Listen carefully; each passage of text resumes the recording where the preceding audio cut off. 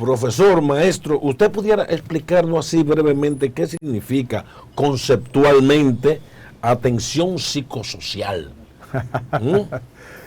Mira, ese es un centro que estoy coordinando en el INTET a partir de febrero de este mismo año y que INTET lo creó y que surgió, digamos, a partir de un proyecto de muchos años, pero se aceleró a partir de todo un proceso de acreditación que la universidad siguió y sobre todo en la carrera de psicología, y que finalmente se concretó como ese centro de atención psicosocial. El centro de atención psicosocial lo que pretende es ofrecer un servicio a la comunidad de bienestar y de felicidad, de prevención de lo que pueden ser problemas de salud mental.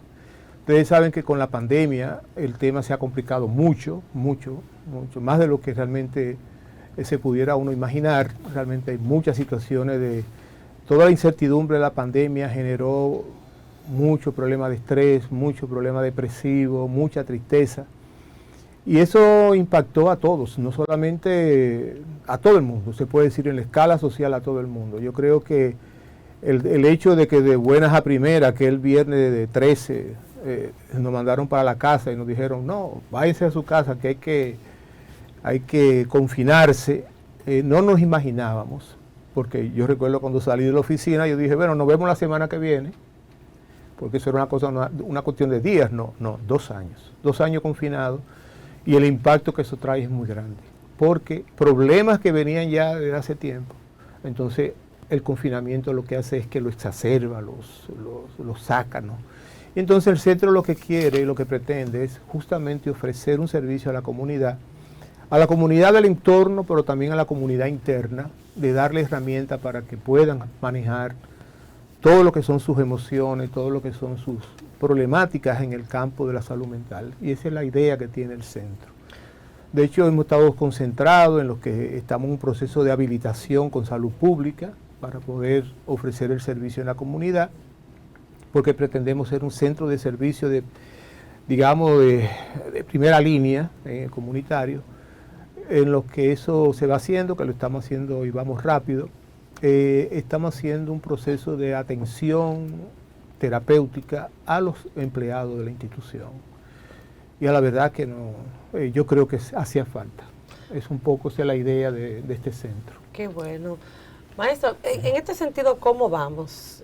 Según lo que usted ha podido palpar, el lunes se celebró el Día Mundial de la Salud Mental y me gustaría saber cómo está República Dominicana en este sentido, el trabajo de las autoridades, ya usted bien lo ha dicho, pero ¿cómo vamos actualmente? Hemos visto una tasa de suicidio que cada vez va en incremento, hay una falta de tolerancia, hay una reacción negativa, impulsiva por parte de algunos ciudadanos.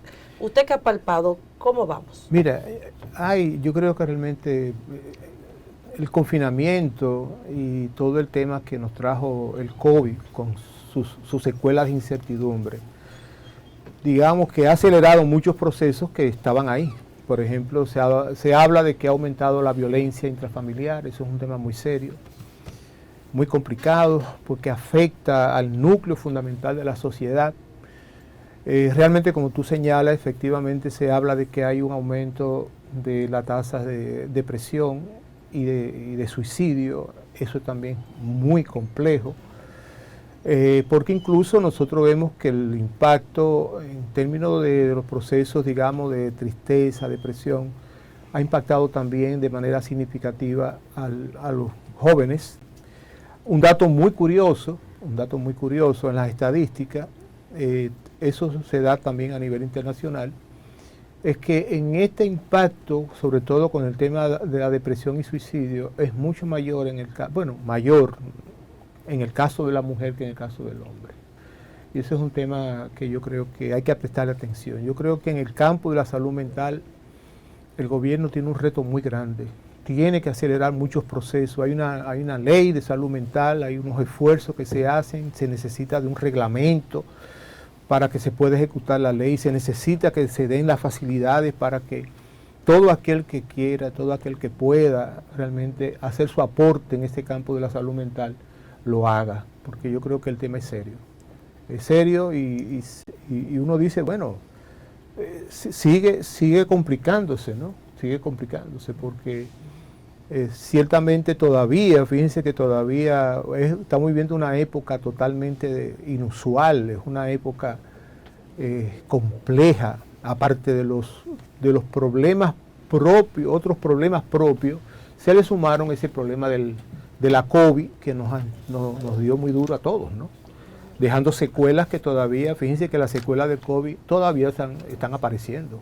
Cantidad de cosas de enfermedades, cantidad de situaciones, de síntomas, van aflorando y tiene mucho que ver justamente con este tema. Mire, doctor Baleirón, el ministro de Educación hace unos días dio unas declaraciones que realmente para mí, fueron alarmantes. Alarmante porque la desconocía y estoy totalmente seguro que gran parte de la población pues la desconocía también. Él decía que del presupuesto del Ministerio de Educación solamente el 5% estaba destinado a pedagogía, o sea, a la educación. O sea, no entiendo. Explíqueme usted que tiene un doctorado en educación. Mire, el tema del presupuesto y el tema de la eficiencia del gasto, de en qué se invierte el dinero, es un tema que no es nuevo. Había mejorado por muchos años, recuérdense que por muchos años el presupuesto de educación era ínfimo. Apenas llegamos a un momento inclusive que en términos del PIB llegamos al punto 96. O sea, eso hace ya unos años, los años 80, acuérdense los años 80, la famosa década perdida, llegamos incluso a tener un porcentaje muy bajito de inversión en educación. Cuando se da el hecho de que el gobierno decide de que se cumpla con la ley y se le otorgue a educación el 4% del Producto Interno Bruto o, dependiendo de cuál fuera más favorable, el 16% del presupuesto nacional, entonces empezamos un proceso nuevo. Pero yo recuerdo, participé en un panel y como yo tenía ya muchos años en educación, y eso fue muy a inicio que se otorgó el 4%, es decir, a la educación, yo dije lo siguiente, y todavía es una cosa que lo sigo manteniendo. Ni el Ministerio de Educación, ni siquiera los organismos financieros del Estado, llámese la Contraloría y todo eso, están preparados para poder ejecutar una inversión tan grande de dinero en educación. Yo dije eso y se armó un escándalo, ¿no? Incluso a mí se me llamó y me dijeron, ¿y tú dijiste eso? Yo dije eso y más. ¿Por qué? Porque para uno poder manejar tanto dinero, tiene que tener muy claro hacia dónde se van a dirigir las cosas. ¿Y qué sucede? Y eso fue también parte de la declaración. De pronto el Ministerio de Educación se convirtió en un gran ministerio de compras. Recuérdense que en educación, cada vez que se va a comprar, son millones, porque son millones los niños que van a la escuela. En este momento son 2.8 millones de niños que van a la escuela, ¿no? Claro, el COVID impactó y bajó esa cantidad, pero anda por encima de los 2.6 millones, de los cuales casi 2.2 son del sector público. Entonces, cuando usted dice, vamos a comprar mochilas, ¿de qué estamos hablando? De millones de mochilas. Cuando usted dice, van a comprar pares de media, cuando usted dice, van a comprar zapatos. Por decir esas cosas, ¿no? Pero cuando decimos, hay que imprimir libros, hay que hacer materiales didácticos, también son millones. Y eso es un tema muy serio, porque en el presupuesto inciden muchas cosas. Hay demasiados intereses que comienzan a incidir en el manejo de ese presupuesto. Y intereses que no son solo de la interioridad del ministerio, sino también de la exterioridad del ministerio. O sea, todo el que de alguna manera ve una oportunidad de hacer negocio se va a acercar a eso. De hecho, el ministro lo acaba de decir por su cuenta de Twitter, nos tiene acostumbrado que él habla mucho por esa vía, llegó a decir inclusive que el presupuesto se fue al zafacón. Sí. Y se fue al zafacón y yo creo que hay que entender muy bien lo que él quiere decir. Mucho dinero, pero los aprendizajes no avanzan. O sea, los niños no han aprendido más a pesar de esa inversión. Y es porque, si se fijan en el movimiento del gasto, yo escribí un artículo que se me pidió de la revista iGlobal. Yo escribí un artículo y utilicé la fuente directa del Ministerio de Educación, o sea, los informes de cómo se distribuye el gasto en educación. Y aunque había mejorado sustancialmente a partir de 2013, 2014, había mejorado con respecto a los años anteriores, había una inversión en la parte, como mencionas, pedagógica, que es la parte de inversión, de cerca del 35%. Sin embargo, cuando nos aproximamos al 2020, hay que ver esa curva, eso es interesantísimo, ya anda por el 7% nada más en la parte de inversión, en la parte que es lo sustantivo.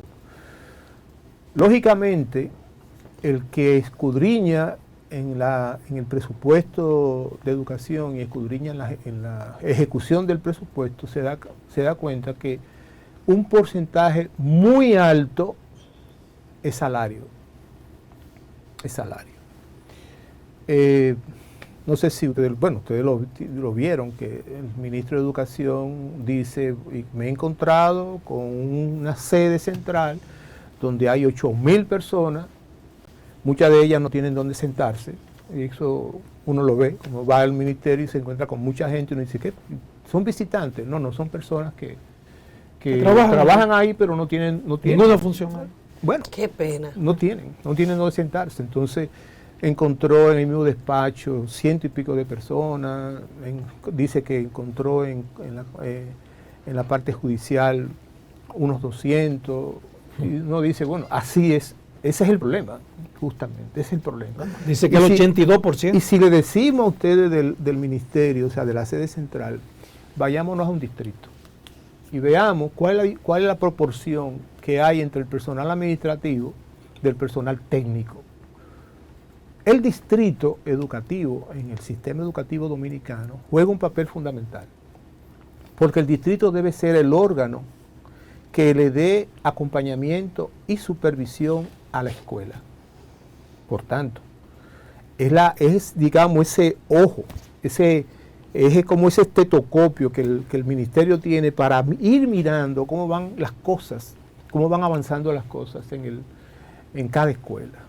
La escuela es la razón de ser de la educación, porque ahí es donde están los muchachos. Se supone que en la escuela es donde los muchachos van a aprender, van a desarrollar las competencias que le van a servir para vivir en la vida, para vivir en el mundo, para trabajar, para ser felices, ¿no? Y el distrito juega un rol fundamental. El distrito debe estar acompañado por su regional, que es ya una instancia más grande, son 18 regionales y alrededor de 140 distritos educativos. Pero cuando usted va a la estructura que tiene que ver con el personal en los distritos y en la regional, se va a encontrar con el mismo problema de la sede central. Una nómina súper abultada de gente que no tiene nada, que no hace nada. Es más, yo digo que hay situaciones, porque los distritos son oficinas muy pequeñas, que al final de cuentas, tanta gente lo que hace es que entorpece el trabajo que se hace ahí. Y lamentablemente ese ha sido uno de los destinos del 4% en educación, lamentablemente. Por eso se ha hablado tanto de la calidad del gasto. O sea, si no logramos mejorar esa inversión en términos de en lo que debe invertirse, entonces la escuela y la educación no van a cambiar. Y eso es un reto muy grande que tiene la educación. Profesor, maestro, se está diciendo que el dominicano parece que es violento por naturaleza. Eso, se está vendiendo ese cliché. Y ustedes están hablando de atención psicosocial. ¿La violencia es congénita al ser humano, es inherente, o hay políticas del Estado generadoras de esa violencia desde el punto de vista, digamos, psicosocial? Mira, decir que es inherente es medio complicado, pero vamos a decir lo siguiente. En la vida, a lo largo de todo un proceso evolutivo, el ser humano ha ido desarrollando muchas formas de comportamiento y sobre todo guiada por sus emociones. Las emociones, que son un tema sumamente importante, son aquellas reacciones que uno tiene frente a un hecho, frente a unas situaciones. Y ustedes saben que las emociones pueden ser desde las emociones de la alegría, ¿verdad?, el amor, todo eso, que son emociones positivas, pero también puede generarse emociones que juegan un rol distinto, como puede ser la ira, el odio, por ejemplo. No es que ni el odio ni la ira sean emociones malas o negativas, son emociones, son emociones.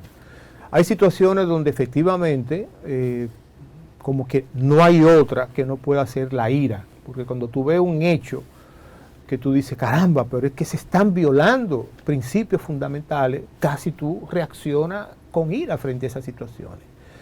El problema es cuando a nosotros esas emociones negativas, a veces las positivas también, se convierten en la forma de comportamiento cotidiano. Entonces comenzamos a tener problemas. Hay varias teorías sobre el tema de por qué la violencia, por qué los seres humanos somos violentos.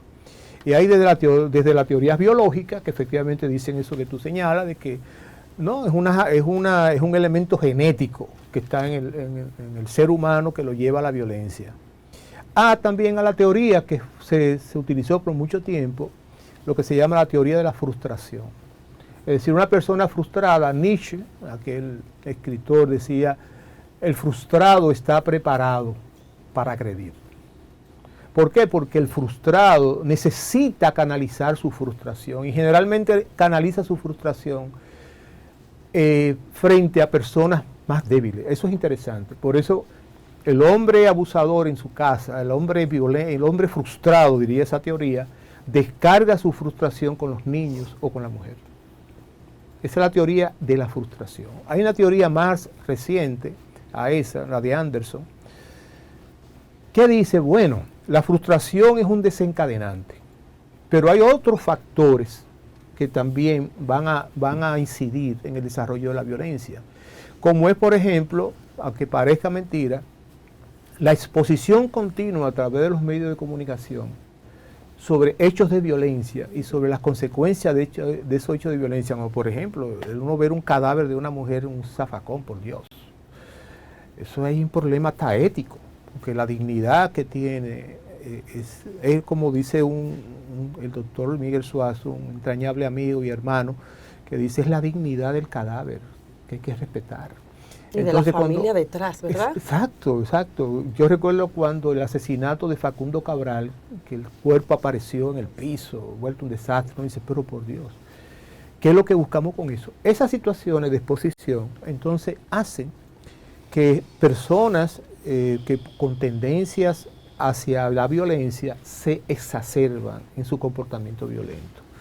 Por eso hay que manejar muy bien, no solamente que hay que crear programas, yo digo que desde la educación hay que trabajar el tema, que son los temas de las emociones, hay que trabajarlo desde la primera infancia, pero también hay un trabajo que hay que hacerlo en términos de políticas públicas en el ámbito de el comportamiento violento. Fíjense, por ejemplo, un factor que genera muchas situaciones que pueden desembocar en violencia, el desorden del tránsito.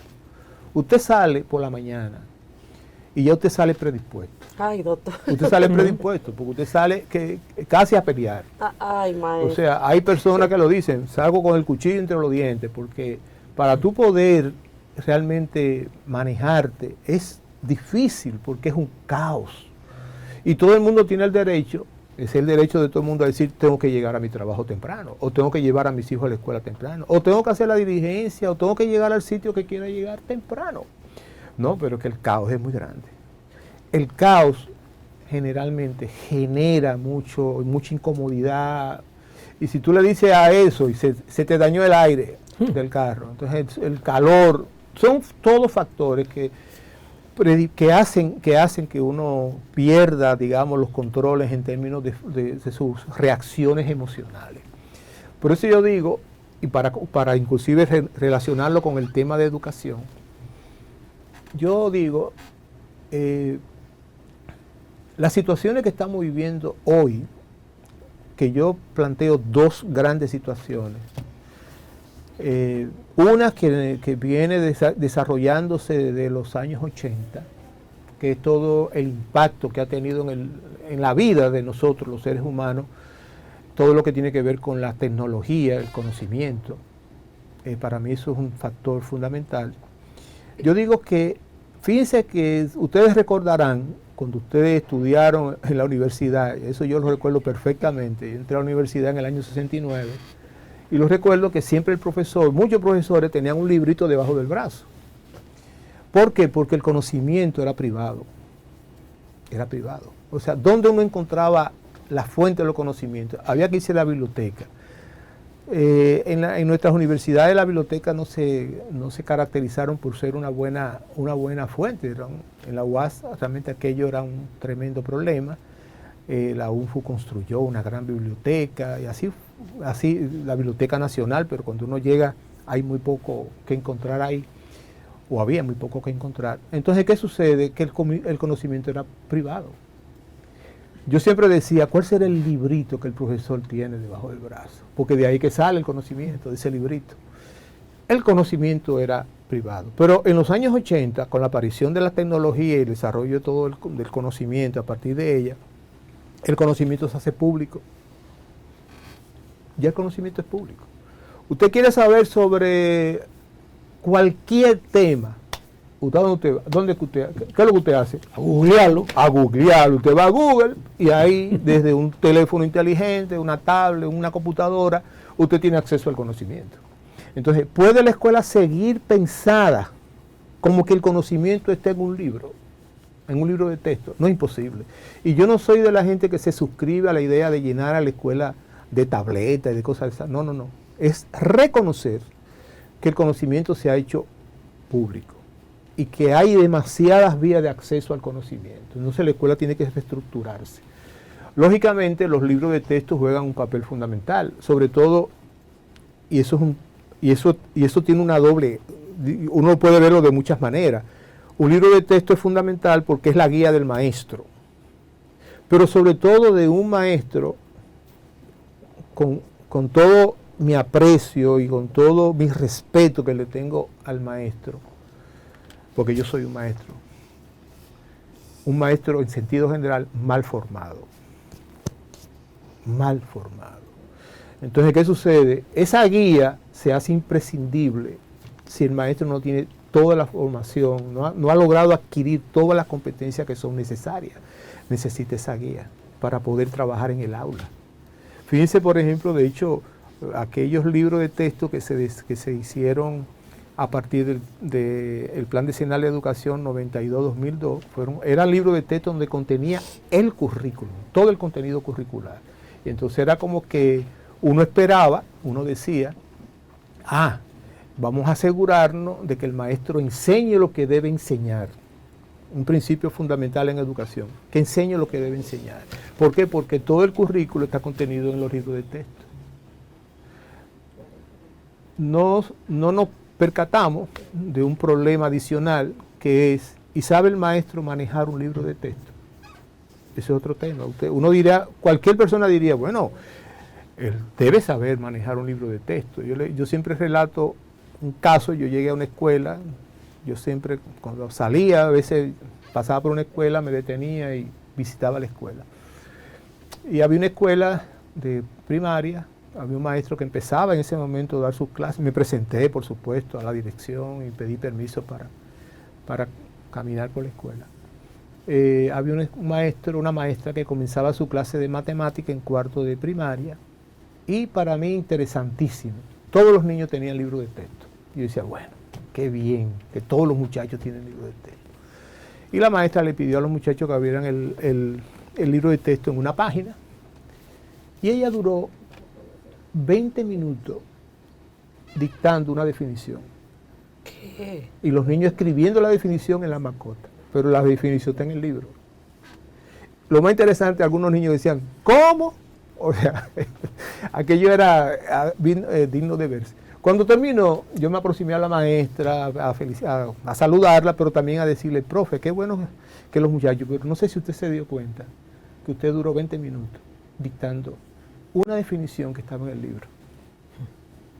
Eso me dice a mí, la maestra no tenía el conocimiento suficiente de cómo usar un libro de texto, porque el libro está ahí. Y pasarse 20 minutos dictando es pasarse la mitad de lo que se supone que es el periodo de clase. Ahí se le fueron 20 minutos. O sea que no es solamente tener el libro, tener los materiales didácticos, sino tener maestros con las competencias para poder usar todo eso. Le digo, por ejemplo, yo dirigí en educación, yo duré casi en educación casi 30 años mal contados, digamos, 30 años trabajando, y me tocó en mi último periodo, del 2010 para acá, dirigir el Instituto Dominicano de Evaluación e Investigación de la Calidad Educativa. En ese instituto, en el 2017, se le asignó hacer la evaluación del desempeño, que es la evaluación que se supone que hay que hacerle a todos los maestros.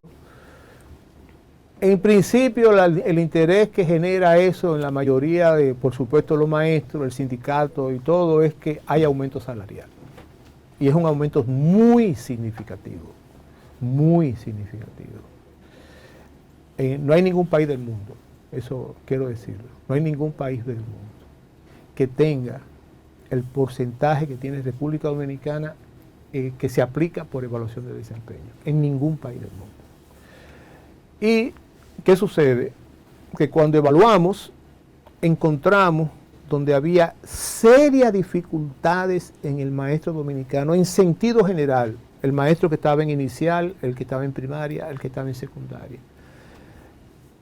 Y uno dice, pero caramba, eso no puede ser posible. Era la planificación de la clase. Un porcentaje muy alto de nuestros maestros o no sabía o no manejaba completamente la planificación. Y uno dice, ¿y qué pasaría en un aula si el maestro no sabe manejar la planificación? Se supone que la planificación es esa rutina que el maestro sigue, que la estructura, que la tiene ahí como para guiar su accionar en el aula, para asegurar que los muchachos aprendan. Miren, la mayoría de los maestros no sabe planificar. Y uno parece mentira. Y eso es un tema de formación. Se supone que es como decir, un médico que no sepa utilizar, si es cardiólogo, un estetoscopio. ¿No? Que es ese aparatico que se pone para chequear el corazón. Un médico que no sepa bregar con eso. O una enfermera que no sepa poner inyecciones. O una enfermera que no pueda llevar un récord del enfermo. Es un tema. O sea, son competencias fundamentales. Pues miren, en la evaluación que hicimos en el 2017-2018, la herramienta que tiene mayores dificultades en los maestros dominicanos es la planificación. A mí me llamó la atención que una persona tan acuciosa como Margarita Cordero, que no es educador, bueno, todo comunicador yo digo que es un educador. Margarita Cordero hizo un artículo que yo lo tomé enseguida, porque ella hizo un análisis de cómo el docente, habiendo tenido aumentos salariales significativos en los últimos años, cómo el docente dominicano maneja su presupuesto personal, su dinero, de sus recursos. Y ella pone una nota en el análisis que ella hizo que dice, el maestro no sabe planificar su gasto personal. No sabe planificar su gasto personal. A mí me llamó mucho la atención, porque yo decía, caramba, qué cosa. No sabe planificar su gasto personal, pero no sabe planificar su accionar en el aula. Entonces eso es un elemento fundamental en educación. Fundamental en educación. Si yo no planifico lo que yo voy a hacer en el aula, ¿cómo yo garantizo que lo que en el aula se necesita hacer se hace?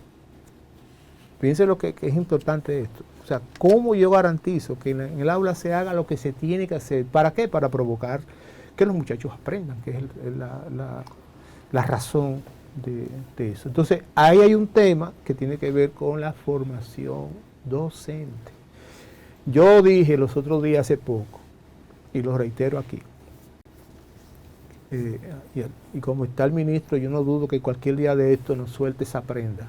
El día que los dominicanos sepamos cuántos millones de pesos y de dólares se ha invertido desde el 2013 para acá en formación docente, nosotros nos vamos a dar golpe de pecho. Yo creo que golpe en el pecho es poco, maestro. De verdad que sí. Usted sabe que traía preocupación, usted ha tratado un tema interesante, la formación de los adolescentes, pero también hemos visto una reacción de ellos que es la violencia que hay actualmente en los liceos. En esta semana, me parece que fue en un liceo, creo que de La Vega, donde había una riña, donde un estudiante salió herido por otro y le dio puñaladas en el cuerpo. Entonces uno dice, pero ¿y dónde está la seguridad? ¿Dónde están los maestros? ¿Dónde están los directores? O sea, ¿cómo una riña llega a poder desarrollarse de esta manera? Pero también los vemos bailando dembow, tomando alcohol, lo vemos incluso entre hembras y varones besándose, o sea, pasando cosas que yo digo, en mi tiempo, no hace poco, maestro, o sea, no se veía ese tipo de cosas. Entonces, ¿qué es lo que está pasando en los liceos donde incluso maestros se van a golpes con los mismos estudiantes? Mira, ten claro que la escuela es un reflejo de lo que pasa en la sociedad. Y en ocasiones, lamentablemente, uno diría no debe ser. La escuela reproduce lo que en la sociedad sucede. Yo digo que la escuela tiene una misión interesante, porque la escuela tiene la misión de prefigurar la sociedad que queremos. Prefigurarla. O sea, si queremos una sociedad democrática, la escuela debe ser una institución de un aprendizaje en el ejercicio democrático. Si queremos una sociedad con una cultura de paz, nosotros deberíamos construir, hacer una escuela donde impere una cultura de paz. Pero la escuela, en sentido general, lo que hace es reproducir los problemas que la sociedad tiene. Por ejemplo, el tema que señala de la violencia es un tema serio. Yo les invito inclusive a ustedes que el día que ustedes quieran meterse a profundidad en ese tema, traigan aquí a la doctora Berenice Pacheco. Berenice Pacheco fue mi alumna en INTE de Psicología. Y Berenice en su tesis para su doctorado se sumergió en varias escuelas, full time, completamente, a observar lo que allí pasaba. Y ustedes leen ese texto, ya se publicó el libro.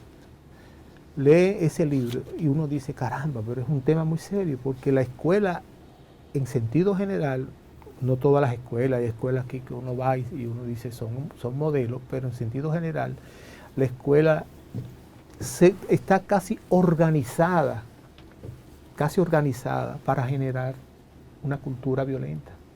Y entonces ella decía, y pone relatos tremendos de esa violencia que se vive en el día a día en las escuelas.